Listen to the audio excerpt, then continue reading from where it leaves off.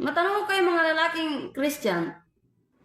Nung ginalaw niyo ang girlfriend ninyo, nung ginalaw niyo ang mga asawa ninyo, virgin ba yan?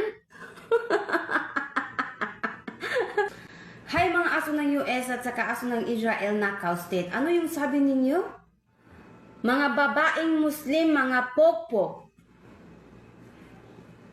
Alam nyo, kayo lang talaga ang napapahiya kapag sinasagot ko kayo. Sabi nyo, ako ang umaatake sa inyo. Kayo yung umaatake sa amin. Ang dami nyong bagong issue. Tapos iiyak-iyak kayo pag sagutin ko kayo. Gusto niya maghamon lang tayo mga aso ng US at saka aso ng Israel na cow state? Gusto niya pumunta tayo dun sa mga bar? Ha? Sa mga diskuhan? Ha? Sa mga hotel? Ha? Sa mga sugo? Sa mga lodging? Ha? Para i-check natin kung sino yung mga babaeng burikat na nandyan.